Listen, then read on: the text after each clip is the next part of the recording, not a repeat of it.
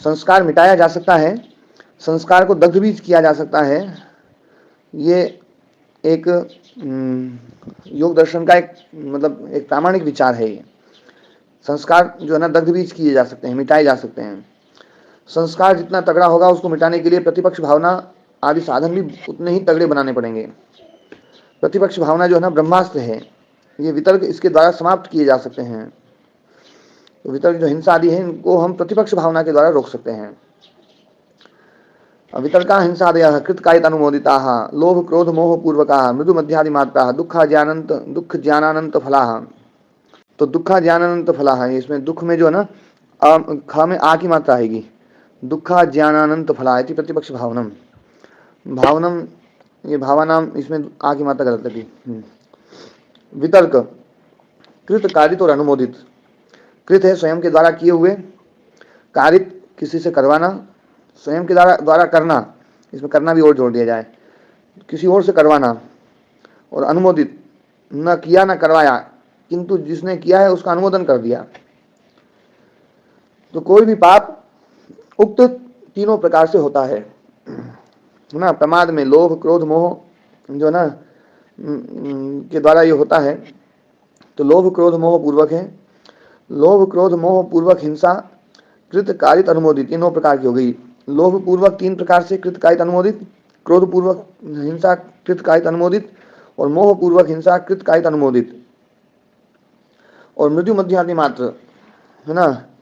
तो ये अधिमात्र मतलब तीव्र, मृदु मतलब कोमल है ना, धीरे से हिंसा, इसको लेकर कृत कायिक अनुमोदित जो हिंसा है ये 81 प्रकार का रूप है। 81 प्रकार मतलब जो मृदु मध्य अधिमात्र, इसके भी 3-3 भेद हो जाएंगे। मृदु भी मृदु मृदु, मृदु मध्य और मृदु तीव्र। इसी प्रकार से मध्य मृदु, मध्य मध्य, मध्य तीव्र, और अधिमात्र जो है ना तीव्र मृदु, तीव्र मृदु, तीव्र मध्य और तीव्र तीव्र। तो ये जो है ना ये 9 प्रकार के होंगे। मतलब मृदु मध्य तीव्र जो है ना, इनमें आपस में भी इनको जोड़ते हुए मतलब मृदु के भी 3 रूप, मध्य के भी 3 रूप और तीव्र के भी 3 रूप, ऐसे करके 81 रूप होंगे एक हिंसा के। इस प्रकार की हिंसा अनंत दुख एवं अनंत अज्ञान से युक्त है। अर्थात दुख अज्ञान अनंत फल है इनका। दुख भी इतना दुख हो सकता है कोई ना सीमा नहीं है, और अज्ञान इतना हो सकता है कोई उसकी कोई सीमा नहीं है ना। मतलब बहुत ज़्यादा दुख और बहुत ज़्यादा अज्ञान हमने जो ना कितना भोग रखा है, मतलब अनंत काल से भोगते चले आ रहे हैं, तो कितना दुख हो गया है। तो इसलिए जो है अब इसको रोकना चाहिए, इसलिए इनकी प्रतिपक्ष भावना करना चाहिए, अर्थात इससे बचना चाहिए। जीवात्मा का सामर्थ्य जो है सातिशय है, अर्थात ज्ञान पाप चेष्टा दुख आदि में एक से दूसरा बड़ा पैदा हो सकता है। एक से बड़ा ज्ञानी पैदा हो सकता है, एक से बड़ा पापी पैदा हो सकता है। चेष्टा जिन्होंने की है उससे बड़ी चेष्टा की जा सकती है। अब तक जिन्होंने जितना दुख उठाया है उससे भी बड़ा दुख उठाया जा सकता है। हिंसा कृत कायित एवं अनुमोदित 3 प्रकार की है। मांस या चर्म के लोभ के लिए हिंसा, अपमान होने पर क्रोध युक्त हिंसा है ना, काम और है ना क्रोध और मोहपूर्वक हिंसा भी की जाती है। तो ये मतलब मोहपूर्वक हिंसा मतलब मूर्खतापूर्वक हिंसा, मूर्खतापूर्वक हिंसा। तो हिंसा के 81 प्रकार हैं। उसी प्रकार असत्य जो है, से लेकर के असंतोष आदि 10 यम नियमों में 810 प्रकार हो जाएंगे। जो 10 यम नियमों के जो वितर्क हैं उन वितर्कों के 810 प्रकार हो जाएंगे। इसके अतिरिक्त भी अन्य प्रकार हो सकते हैं, ये असंख्य प्रकार हैं। लोभ क्रोध मोह अर्थात प्रमाद पूर्वक हिंसा ही वितर्क की श्रेणी में है। जीवन के संचालन में कर्तव्य कर्म करते हुए यदि जो हिंसा होती है जो अत्यंत आवश्यक है, उसके बिना वो ना जो ना कर्तव्य कर्म नहीं हो पाएगा, तो वो हिंसा की श्रेणी में फिर नहीं मानी जाएगी। जो यहाँ पर हिंसा जो है ना जिस रूप में ली गई है, क्योंकि बिना हिंसा के भोग संभव नहीं है। भोजन करने में हिंसा होती ही है। शरीर से किया जाने वाला कर्म हिंसाकृति है। गेहूं मूली पालक आदि को भी आहार के रूप में हम लेते ही हैं। शरीर धारण है तब तक तो हिंसा होती ही रहेगी। इसलिए है ना जो है जीवन मरण इसको ही खत्म करना पड़ेगा। वितर्कों के कारण, ये इंपॉर्टेंट है, वितर्कों के कारण दुख एवं अज्ञान रूपी अनंत फल मिलता है। वितर्कों के कारण दुख एवं अज्ञान रूपी अनंत फल मिलता है। इससे बचने के लिए प्रतिपक्ष भावना करनी चाहिए। दुख का अभी कोई अंत नहीं है। और भी बढ़ सकता है, और भी बढ़ सकता है। Very very important. कितना दुख भोग लिया हमने, इतना दुख भोग लिया, इतना दुख भोग लिया, हम इतना रोए हैं, इतना रोए हैं। अनादि अनंत काल से बार बार जन्म लेकर बार बार मर मर के ये जो सागर पृथ्वी का दिखाई दे रहा है, ये कम है।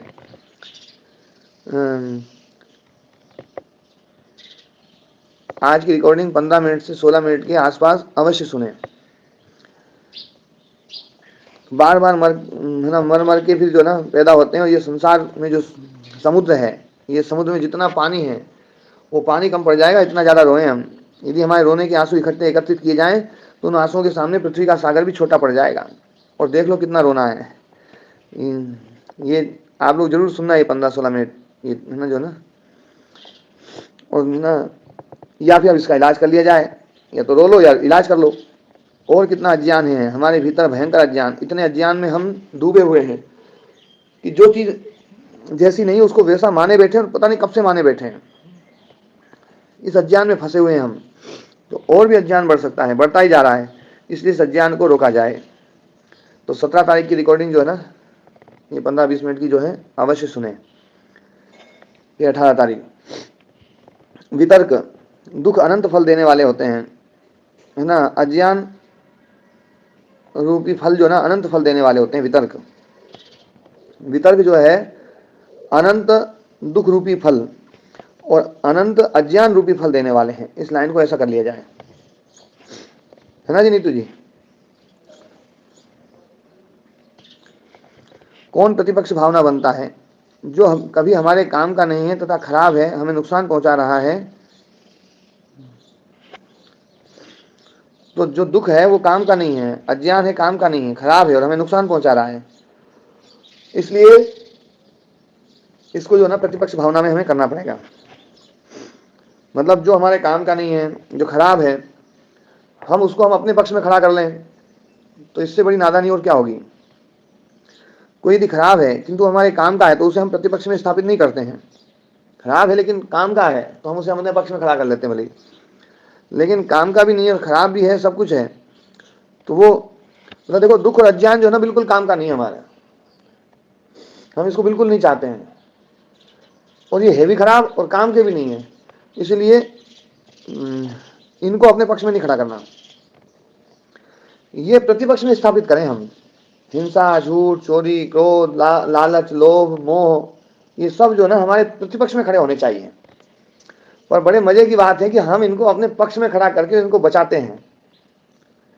यदि यहाँ अभी आप लोग जितने भी लोग सुन रहे हैं, तत्व की बात बताऊं मैं, आप लोग जो है अभी अपने मोह को, अपने क्रोध को, अपने लोभ को अपने पक्ष में खड़ा करते हो और मेरे को प्रतिपक्ष में खड़ा करते हो।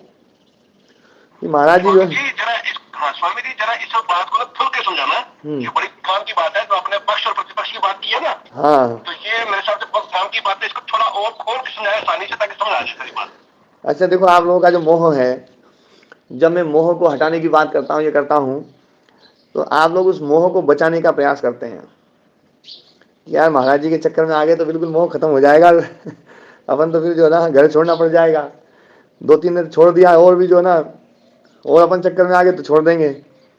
तो मैं प्रतिपक्ष में रहता हूँ, और आपका जो मोह है उसको आप अपने पक्ष में खड़ा करके रखते हैं। इसी प्रकार से जिनको क्रोध की आदत है, तो कई बार है ना ये सोचते होंगे महाराज जी ने क्रोध को है ना खराब बताया, बिल्कुल सही, लेकिन कभी कभी तो सही होता है और हम उसके पक्ष में खड़े होते हैं। और जिस समय क्रोध आ रहा होता है उस समय तो बिल्कुल है ना, मैं थोड़ा बहुत पक्ष में कभी कर भी लिया तो उसको वापस मेरे को वापस जो ना बोले गुरु जी इस समय तो बिल्कुल नहीं समझेंगे, ये तो जो है ना जो है। और वो उस समय क्रोध को हम अपने पक्ष में खड़ा करते हैं, लोभ को अपने पक्ष में खड़ा करते हैं। लोभ, क्रोध, मोह, ये तीनों चीजें, और इसी प्रकार से हिंसा, झूठ, चोरी आदि, ये सब जो ना इनको हम अपने पक्ष में खड़ा कर लेते हैं कि व्यापार के लिए तो जरूरी है ना, जीवन में रहने के लिए तो जरूरी है, इन संबंधों के साथ में व्यवहार करना है तो ये तो जरूरी है। तो हम इनको अपने पक्ष में खड़ा करते हैं, प्रतिपक्ष में खड़ा नहीं करते हैं।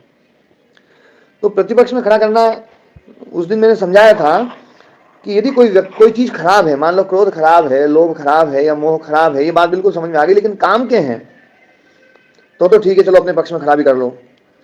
लेकिन ये देने वाले हैं दुख और अज्ञान, ये कभी सुख नहीं देंगे। ये दुख और अज्ञान ही देंगे। तो दुख और अज्ञान देने वाले जो हैं उनको हम जो है अपने पक्ष में क्यों खड़ा करें, क्योंकि वो खराब भी हैं और कोई फायदा नहीं कर रहे हैं, नुकसान ही कर रहे हैं, नुकसान के अलावा कुछ नहीं कर रहे हैं। ये बात समझ में आ जाए हमें, ये सारे वितर्क हैं, ये हमारा काम खराब कर रहे हैं, हमें दुख दे रहे हैं, हमें अज्ञान दे रहे हैं। तो इनके पक्ष में कभी ना खड़े हों, हम इनको हम अपने पक्ष में कभी ना खड़ा करें। वितर्क कभी भी हमारे काम के नहीं हैं, इसलिए इनको प्रतिपक्ष में रखो। अष्टांग योग को तत्व ज्ञान का उपाय बताया गया है, किंतु अष्टांग योग यम नियमों पर टिका हुआ है और यम नियमों का पालन न होने पर आगे की सभी चीजें व्यर्थ हैं। यम नियम है ना, देखो विवेक ख्याति अष्टांग योग पर, अष्टांग योग उसके साधन है और अष्टांग योग जो है वो यम नियमों पर टिके हैं। और यम नियम जो है उनको मानने वाले हैं वितर्क। यम नियम रूपी जो हमारे पिल्लर हैं, उन पिल्लरों को कमजोर करने का काम या उनको तोड़ने का काम जो है ना वितर्क करते हैं। एक वितर्क आया और फट पिल्लर को तोड़ ताड़ के चला जाएगा, फिर बनाते रहो उसको, है ना। जो है जरा सा क्रोध आता है और फट हम जो है ना हिंसा भी करते हैं, झूठ भी बोलते हैं और सब सारे पाप करते हैं, है ना। जरा सा कोई लोभ आया, लोभ में भी सारे पाप होते हैं, है ना। जरा सी मूर्ता आई, सारे पाप होते हैं। तो हम अपने पिल्लरों को, जिन पे मकान बनाना है, उन पिल्लरों को कितनी बार बनाते हैं, कितनी बार तोड़ते हैं। और अभी पिल्लरों भी काम चल रहा है बस, बाकी तो ऊपर तो छत डल ही नहीं रही है। ये बड़ी मजे की बात है कि पिल्लर ही पिल्लर अब तक जो है कितने जन्म बीत गए हैं, क्यों जी सतीश जी? हाँ जी, बिल्कुल जी। कितने जन्म बीत गए, मतलब हम जन्मों की गिनती नहीं कर सकते। और इतने जन्मों में भी हम अभी पिल्लर ही बना रहे हैं। अभी हमारे यहाँ गुरुकुल का काम चल रहा है, तो गुरुकुल के काम में जो है ना सब ये कहते हैं, बोले गुरु जी पिल्लर ही पिल्लर बन रहे हैं। मन के भैया पिल्लर हमने बना दिया, टूटेंगे तो नहीं, इनको तोड़ने नहीं देंगे हम। आगे के काम भले जो है वो हो या ना हो, पर ये पिल्लर बिल्कुल मजबूत बना के रखेंगे। तो ये काम जो है ना आप लोग भले पिल्लर के ऊपर और आगे के काम भले मत करो, पर ये जो 10 पिल्लर हैं यम नियम के, इन पिल्लरों की बढ़िया तराई करते रहो, इनको बढ़िया मजबूत बना करके रखो, इनको बिल्कुल सुरक्षित रखो। कोई भी वितर्क जो है ना इनको तोड़ ना पाए। वितर्क जो ना बहुत खतरनाक है, इतना खतरनाक बुलडोजर है, वो फट तोड़ देता है इन यमों के पिल्लरों को। तो उसको मत घुसने दो। तो अष्टांग योग ये तत्व ज्ञान का उपाय, और तत्व ज्ञान जो है ना के लिए हमें अष्टांग योग का महल बनाना पड़ेगा। अष्टांग योग के महल के लिए हमें 10 पिल्लर खड़े करने पड़ेंगे। वो 10 पिल्लर ही यम नियम है और उन यम नियमों को है ना रोकने का काम, उनको तोड़ने का काम वितर्क करते हैं। इसलिए वितर्कों को है ना हम जो है उनको रोकें, और ये तब रुकेंगे जब इनको हम प्रतिपक्ष में स्थापित कर दें। यदि हमने प्रतिपक्ष में स्थापित कर दिया तो बिल्कुल पक्का है कि आप वितर्कों को अपने है ना जो ना अपने जमीन में घुसने नहीं दोगे। ये तब अपनी जमीन में घुस जाते हैं जब हम इनको अपने पक्ष में खड़ा कर देते हैं, और वो अपने पक्ष में खड़ा करते हैं तो दूसरे का नुकसान तो जो करते हैं वो पता नहीं करते भी हैं या नहीं करते हैं, लेकिन आपकी बनी बनाई जो है ना सारी मेहनत को खत्म कर जाते हैं, पिल्लरों को तोड़ ताड़ के एक तरफ चले जाते हैं। फिर आप बनाते हो, बना के खड़ा करते हो, फिर उसको पक्ष में स्थापित कर लेते हो वितर्क को। यही तो प्रोसेस चल रही है अरुण जी अब तक। यही चल रही है महाराज जी। हाँ, तो इनको एक क्षण के लिए भी अपने पक्ष में खड़ा नहीं करना है इन वितर्कों को।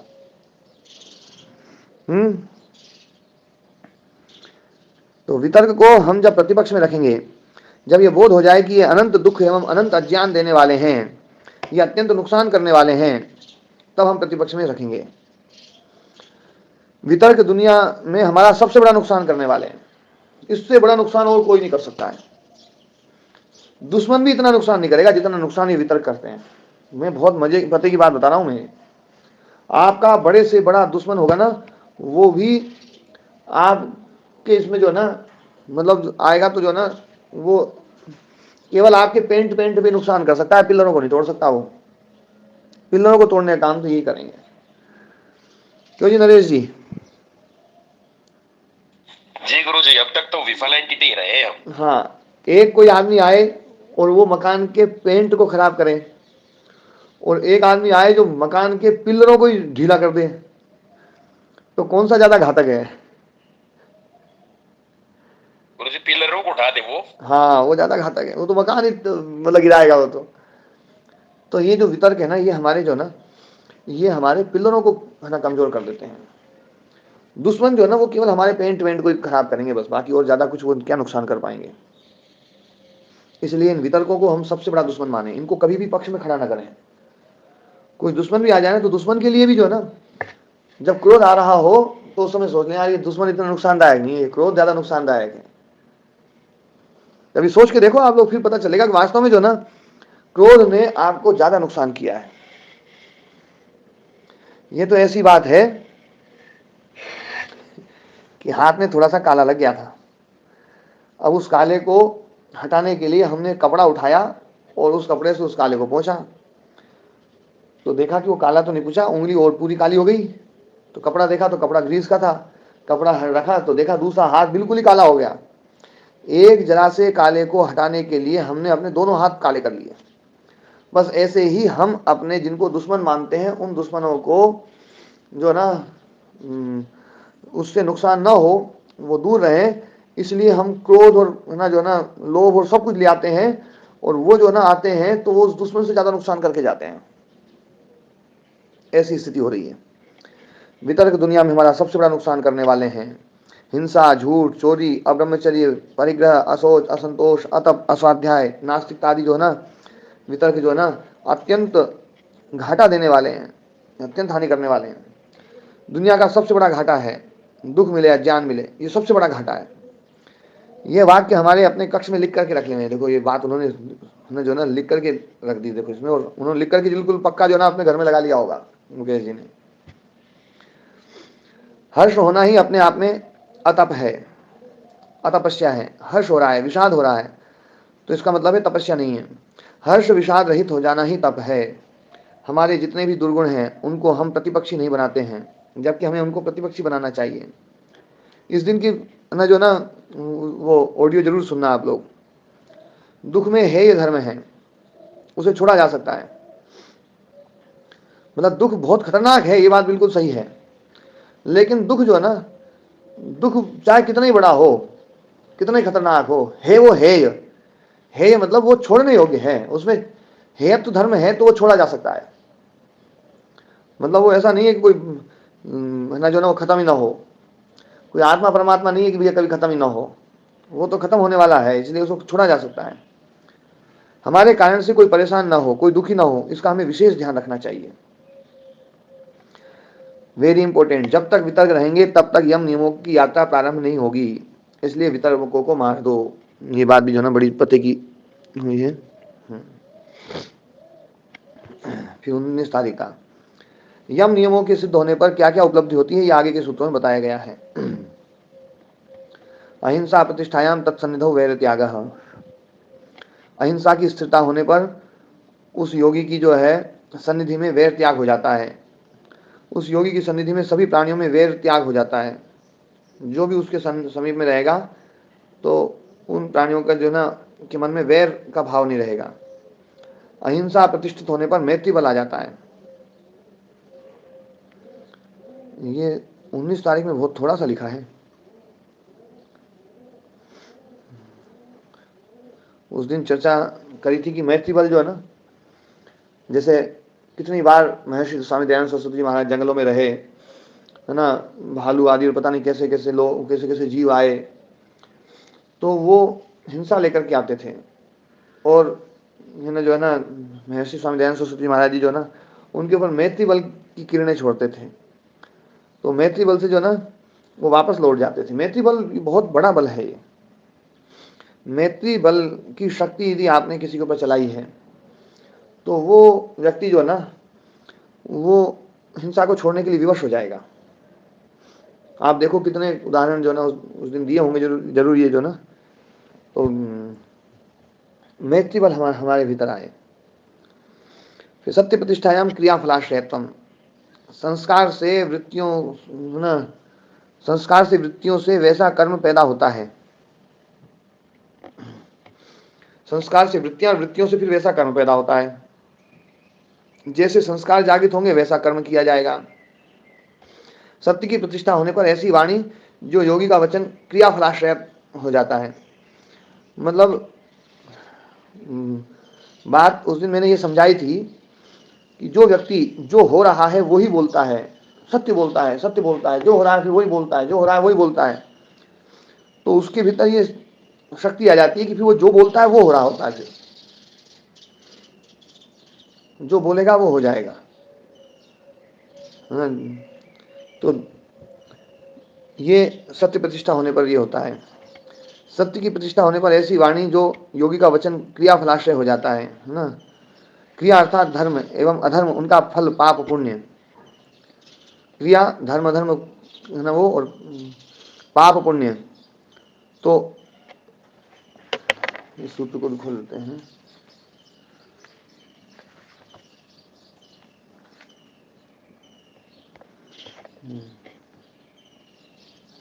तो योगी की जो वाणी है वो उस वाणी में जो है क्रिया फलाशयत्व आ जाता है।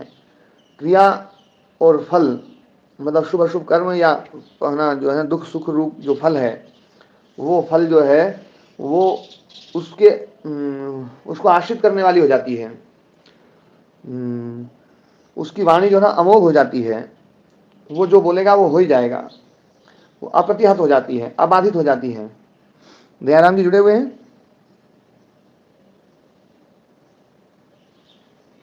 तो सत्य प्रतिष्ठित योगी की वाणी है ना क्रिया है नहीं जुड़े हैं। अच्छा। सत्य प्रतिष्ठित योगी की वाणी क्रिया एवं फल का आधार बन जाती है। क्रिया का आधार गुरुकुल में श्याम जी आए हुए, अच्छा उधर कुछ जी जी। तो सत्य प्रतिष्ठित योगी की जो वाणी है क्रिया एवं फल का आधार बन जाती है।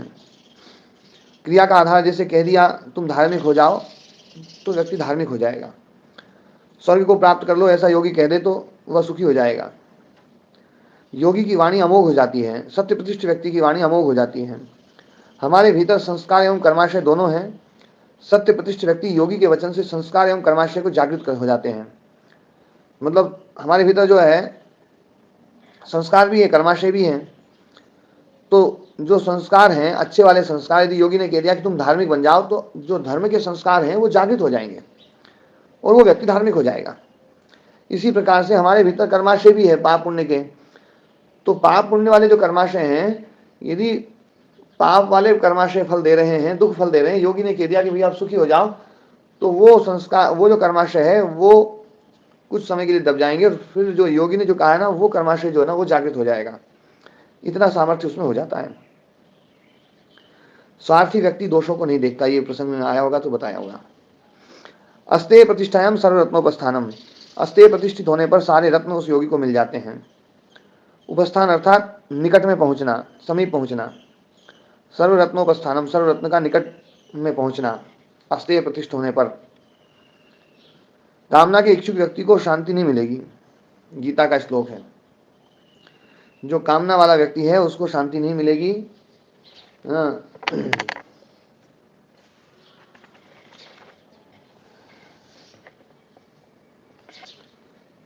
जो अस्तेय में प्रतिष्ठित है वो व्यक्ति जो है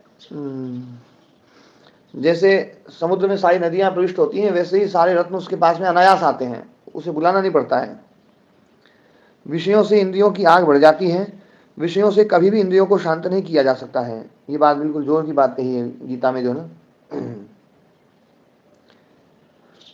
आदमी खत्म हो जाता है किंतु तृष्णा कामना समाप्त नहीं हो सकती है। तृष्णा कामना बढ़ती जाएगी। तो ये जो है तीसरी फाइल पूरी हो गई।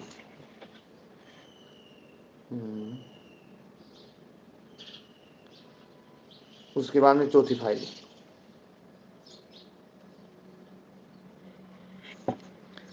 ब्रह्मचर्य प्रतिष्ठायाम वीर्य लाभ। ब्रह्मचर्य की प्रतिष्ठा होने पर योगी को वीर्य लाभ होता है। वीर्य प्राचीन शास्त्र में पराक्रम उत्साह शब्द के लिए प्रचलित रहा। पराक्रम और उत्साह। ब्रह्मचर्य प्रतिष्ठित होने पर व्यक्ति में पराक्रम उत्साह जागृत हो जाता है। यहां ब्रह्म शब्द से उत्साह पराक्रम अर्थ लिया गया है। ब्रह्मचर्य प्रतिष्ठा वैराग्य की प्रबलता में, ज्ञान की प्रबलता में ही हो सकती है। ज्ञान की पराकाष्ठा होगी तभी जो ना ब्रह्मचर्य स्थापित हो पाएगा। क्योंकि ज्ञान की पराकाष्ठा होगी तब वैराग्य आएगा, वैराग्य आएगा तभी जो है उन विषयों से आसक्ति हट जाएगी, समाप्त हो जाएगी। वैराग्य की प्रबलता से मन एवं इंद्रियों की आसक्ति विषयों में नहीं रहेगी। हम केवल है ना दमन के बल पर जो है इंद्रियों को तो रोक सकते हैं, मन को भीतर से नहीं रोक सकते हैं। मन भीतर से जो शांत होगा वो तो वैराग्य से ही शांत होगा। जैसे डायबिटीज वाला व्यक्ति ऊपर से मिठाई को रोकता है लेकिन भीतर से उसकी बहुत इच्छा होती है, पर यदि उसको वैराग्य हो जाए तो उसको भीतर से भी इच्छा नहीं होगी, तब संयम जो है ना बिल्कुल सहज हो जाएगा। तो जो सहज संयम है वही ब्रह्मचर्य है। ब्रह्मचर्य की सबसे बड़ी शत्रु मन की स्मृति वृत्ति ही है। मन में जो स्मृतियां, पूर्व स्मृतियां आएंगी, मन में पूर्व की गलत स्मृति ब्रह्मचर्य को खंडित कर देती है। वैराग्य का भाव मन की आसक्ति को रोक देता है। ब्रह्मचर्य की प्रतिष्ठा से योगी में अपना ज्ञान दूसरों में प्रतिष्ठित करने का सामर्थ्य आ जाता है। ये ब्रह्मचर्य की सबसे बड़ी शक्ति है। वैराग्य का मतलब है ज्ञान को अपने में स्थापित कर लेना। ज्ञान की पराकाष्ठा ही वैराग्य है, ज्ञान की पूर्णता ही वैराग्य है। उपचय मतलब बढ़ना, अपचय मतलब घटना। तो उपचय यहां पर आया होगा,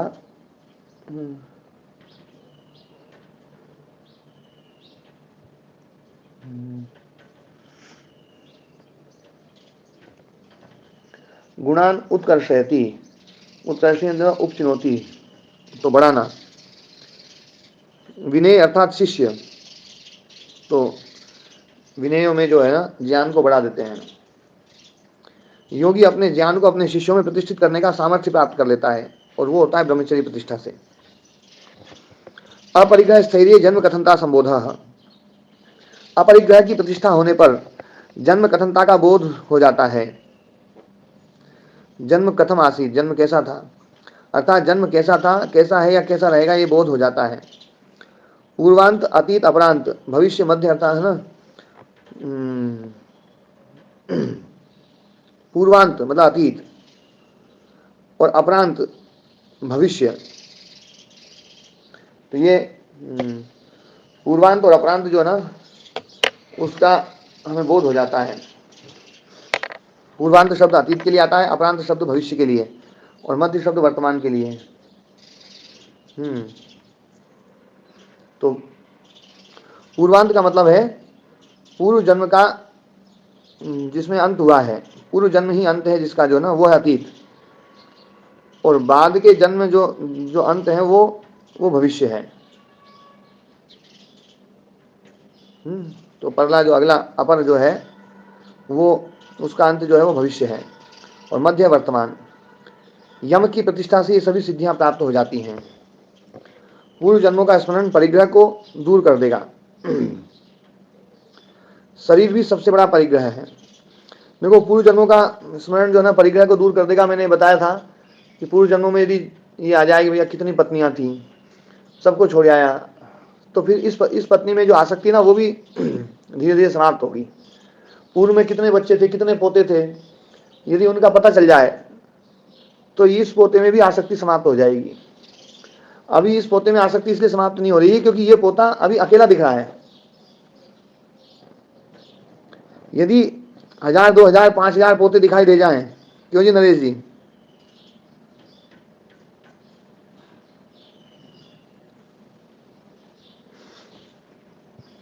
नरेश जी कहीं चले गए। तो यदि पोतों की संख्या जो है ना पूर्व जन्म वाले सब आ जाए स्मृति। अच्छा, हाँ वो माइक, हाँ जी गया नहीं था, पर वो तो अपना निकाला होता ना मंत्र, वो जो मुकेश जी द्वारा लिखा हुआ, हाँ उसको हटाने में दिक्कत। अच्छा, कोई बात नहीं जी। तो एक पोता रहेगा तो आसक्ति बहुत ज्यादा रहेगी जी गुरु जी। और यदि हजारों पोते हैं पहले वाला हाथ नहीं लग रहा ना, फिर दिक्कत है। हाँ, और पहले वाले आ जाए और उसमें जो ना ये दिखे यार इनको अपन ऐसे ही छोड़ के आ गए ये भी ऐसे ही पोते थे, इतना ही राग था, वो पूरा राग भी याद आए, जैसा राग पहले था वो सब राग भी याद आए, और अब बिल्कुल छोड़ दिया, बिल्कुल अब की स्थिति भी याद आ जाए, तो निश्चित बात है कि इस पोते में भी आसक्ति कम हो जाएगी, मूर्खपना पता लग जाएगा गुरु जी। हाँ, तो ये पूर्व जन्मों का जो स्मरण है ये परिग्रह को दूर कर देता है, ये बिल्कुल पक्की बात है। ये केवल एक उदाहरण दिया मैंने पोते का, मकान आदि सब चीज ऐसी है, शरीर भी ऐसा ही रहेगा फिर, कि कितने अच्छे अच्छे शरीर थे सब चले गए, है ना। यदि अपन पूर्व जन्मों के शरीर को देखें तो बहुत अच्छे अच्छे शरीर भी आएंगे, और बहुत अच्छे अच्छे शरीर, अच्छा बोले इस शरीर को भी छोड़ आया और इस शरीर ने भी धोखा दे दिया, अच्छा ये शरीर भी था इसने भी धोखा दे दिया, अरे यार ये तो जो ना, तो बोले ये भी धोखा देगा है।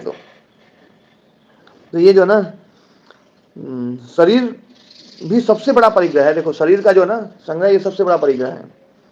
ये पूरी दुनिया स्वार्थ में अपने से चिपकती है, स्वार्थ खत्म, सब है ना जो ना चिपकना बंद। पूर्व के जो पोते पोती हैं सब अपने से इसलिए नहीं चिपक रहे हैं क्योंकि उनका स्वार्थ अब नहीं है अपने से।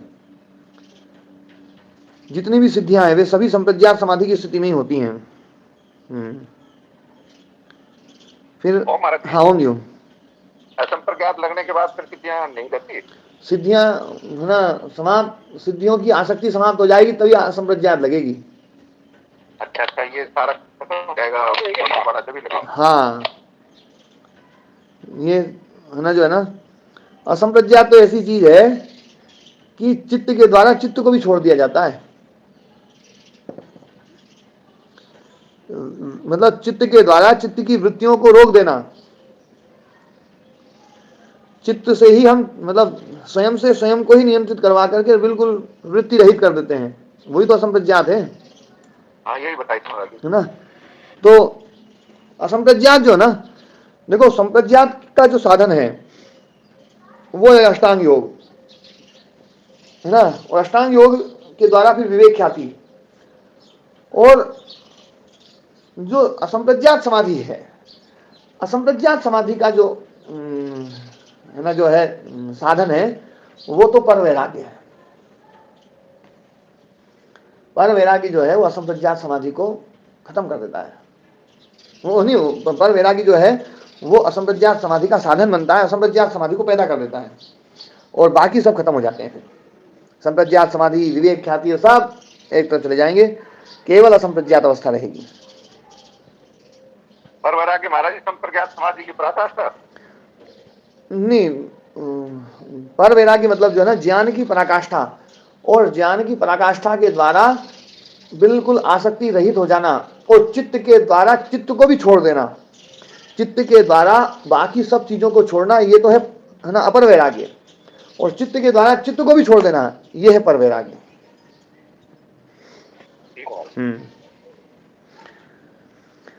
शौचात् स्वांग जुगुप्सा परई असंसर्गः, शौच अर्थात पवित्रता से अपने शरीर से जुगुप्सा, जुगुप्सा मतलब है ना घिन्नता, घृणा जैसी, दया जैसी आ जाती है ना।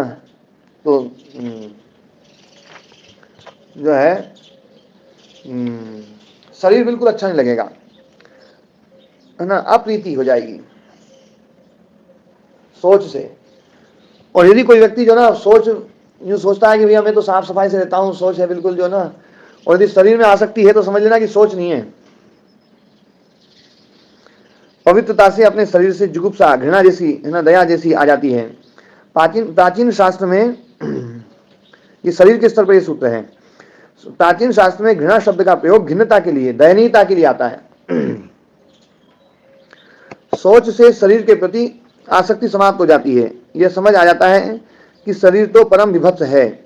अपने शरीर को निंदित समझना और दूसरों का शरीर को तो परम निंदित है यह समझना, यह सोच की प्रतिष्ठा से ही हो पाता है। हमारा शरीर निंदित है, दूसरों का शरीर परम निंदित है। ज्ञानी व्यक्ति ज्ञान के स्तर पर विषयों को रोकता है, ज्ञान के हटते ही विषय प्रविष्ट हो जाते हैं। ज्ञानी व्यक्ति ज्ञान के स्तर पर विषयों को रोकता है, और ज्ञान हटा विषय वापस आ गए।